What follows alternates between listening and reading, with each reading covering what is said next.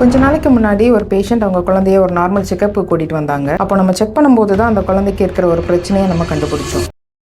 ஆம்பிளியோபியா, அதாவது சோம்பேறி கண். சோம்பேறி கண்ணுனா என்ன, அதை நம்ம ஃபர்ஸ்ட் தெரிஞ்சுக்குவோம். நார்மலா நம்ம பிரெயின் டாமினன்ட் ஐயோட இமேஜை தான் கான்சென்ட்ரேட் பண்ணும். அதாவது ஒரு கண்ணு டாமினண்டா இருக்கும், அடுத்த கண்ணு வீக்கரா இருக்கும். ஸோ நம்ம பிரெயின் அந்த டாமினன்ட் ஐயோட இமேஜை தான் கான்சென்ட்ரேட் பண்ணும், வீக்கர் ஐயோட இமேஜை இக்னோர் பண்ணிடும். 8 to 12 இயர்ஸ்ல தான் கண்ணு நரம்பு ஆக்டிவேட் ஆகி ஸ்டிமுலேட் ஆகிக்கிட்டு இருக்கும். ஸோ இந்த டைம்குள்ள இந்த ப்ராப்ளத்தை நம்ம கண்டுபிடிச்சு சால்வ் பண்ணோம் அப்படின்னா ஃபுல் விஷன் நம்ம பேஷண்ட்ஸ்க்கு கொடுத்துடலாம். இது யூஸ்வலாவே நம்ம ஆக்சிடென்டலா கண்டுபிடிக்கிற மாதிரி தான் இருக்கும். ஏன்னா பசங்களுக்கு இதை சொல்ல தெரியாது, சொல்லவும் மாட்டாங்க. ஒரு கண்ணுக்கும் அடுத்த கண்ணுக்கும் பவர் வித்தியாசம் ஜாஸ்தியா இருக்கும். ஒரு கண்ணில் ஹை மயோபியாவா இருக்கலாம், இல்லைன்னா ஹைப்பர் மெட்ரோபியாவா இருக்கலாம், இல்லைன்னா ஆஸ்டிக்மேட்டிசமா இருக்கலாம், இல்லைன்னா பிறவிலேயே கன்ஜெனிட்டல் கேட்ராக்ட் மாதிரியான பிரச்சனைகள் இருக்கலாம், இல்லைன்னா நம்ம கண் இமை கீழே இறங்குறது, டோசிஸ் அப்படின்னு சொல்லுவாங்க, அந்த கண்ணில் விஷன் கம்மியா இருக்கும். இது மாதிரியான ப்ராப்ளம் இருக்கிறவங்களுக்கு இந்த ஆம்பிளியோபியா ரொம்ப காமன். இது எப்படி சால்வ் பண்றது, அதை பத்தின ஃபுல் டீடைல்ஸ் உங்களுக்கு நான் அடுத்த வீடியோல தரேன்.